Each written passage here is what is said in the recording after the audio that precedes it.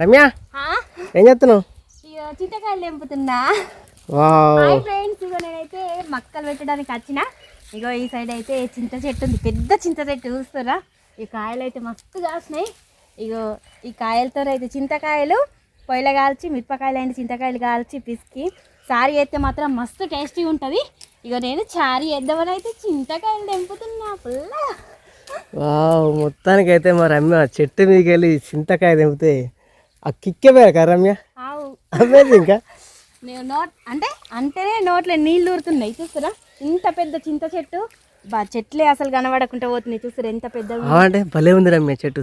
అన్ని మీగుతున్నాయి కదా. వావ్ అంతలేవా?